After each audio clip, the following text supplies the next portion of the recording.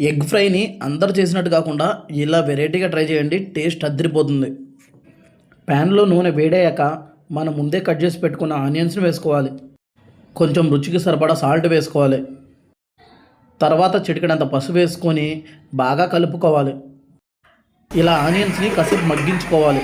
Onions మగ్గిన తర్వాత కొద్దిగా అల్లం పేస్ట్ వేసి బాగా మిక్స్ చేసుకోవాలి.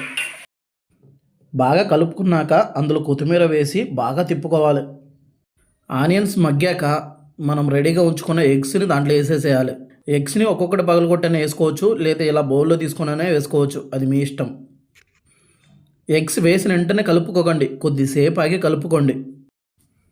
ఇలా మెల్లమెల్లగా కలుపుకోండి, అప్పుడే మనకి టేస్ట్ చాలా బాగుంటుంది.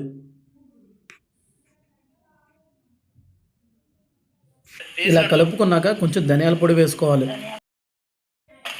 కొంచెం చికెన్ మసాలా కూడా వేసుకోవాలి.